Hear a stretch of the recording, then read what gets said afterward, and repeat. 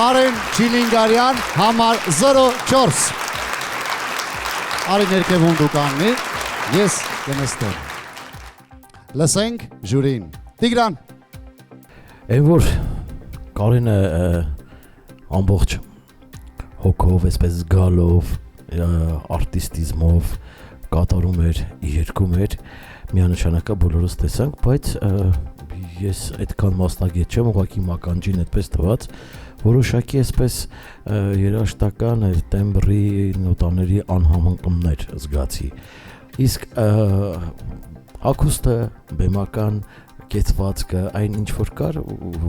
էսթետիկ, տեսողական դաշտում շատ գեղեցիկ էր ապրեսը։ Շնորհակալություն։ Վիկտորիա։ Ողջույն Կարեն ջան։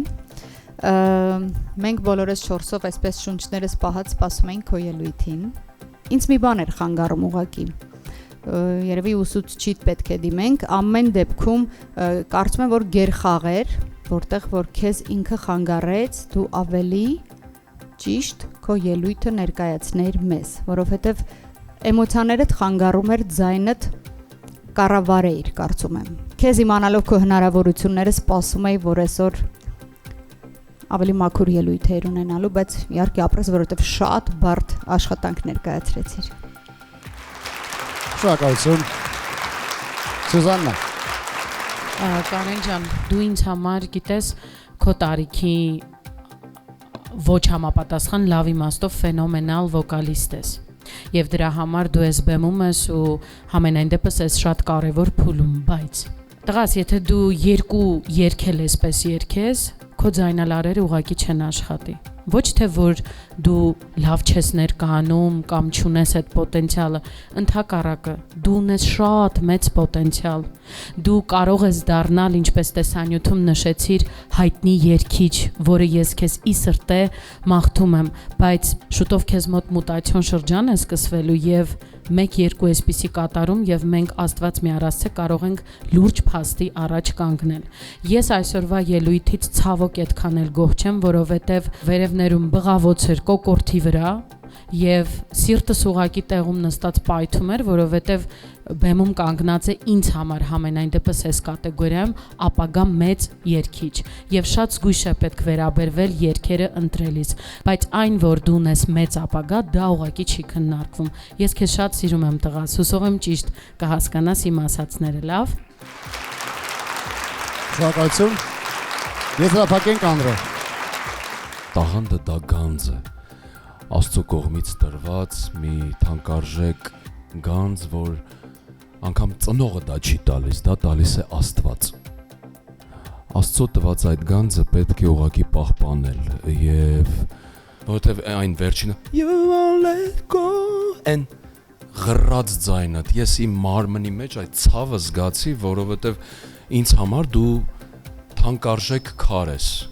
Երգը շարժումների հետ չէր բռնում ընդհանրապես, երգը չգիտեմ ով է ընտրել, ես չէի ընտրել այս երգը,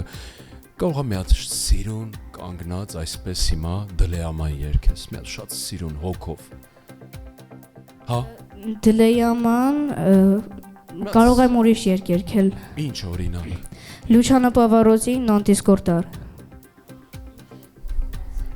Բայց դլեամանը չես երգում դու։ Ես ոչ։ Դլեաման։ Դե լավ, ինչ ուզում ես երգի մի կտոր։ Non ti scordar di me, la vita mia legati a te, io t'amo sempre più, nel sogno mio rimani tu, non ti scordar di me, la vita mia legati a te. C'è sempre un nido nel mio cor per te, non ti scordar di me.